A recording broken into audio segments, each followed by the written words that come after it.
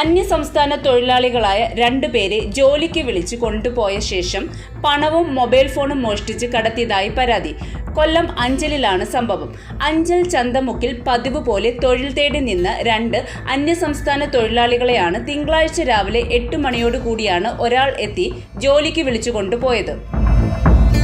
അഞ്ചൽ കൈതാടിയിൽ നിർമ്മാണം നടക്കുന്ന കെട്ടിടത്തിൽ എത്തിച്ച തൊഴിലാളികളെ കൊണ്ട് സിമന്റ് കട്ട കെട്ടിടത്തിന്റെ 3ാമത്തെ നിലയിൽ എത്തിക്കാനാണ് നിർദ്ദേശിച്ചത്. തൊഴിലാളികൾ ജോലിയിൽ ഇടപെട്ട സമയത്താണ് പണിസ്ഥലത്ത് വെച്ചിരുന്ന തൊഴിലാളികളുടെ 2 മൊബൈൽ ഫോണും 1500 രൂപയും ആധാർ കാർഡ് ഉൾപ്പെടെയുള്ള രേഖകളുമായി ജോലിക്ക് വിളിച്ചുകൊണ്ടുപോയ ആൾ മുങ്ങിയത്.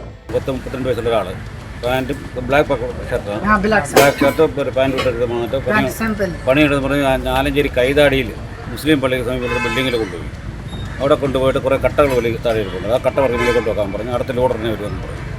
ഈ പാവപ്പെട്ടവർ ഈ കട്ട വർക്കി മേളിൽ കൊണ്ടുപോയ സമയം കൊണ്ട് അവരുടെ മൊബൈലും അതിനകത്തുള്ള റെക്കോർഡുകളും 1500 രൂപ അടിക്കേണ്ട മതി. 2 മൊബൈലുണ്ട്.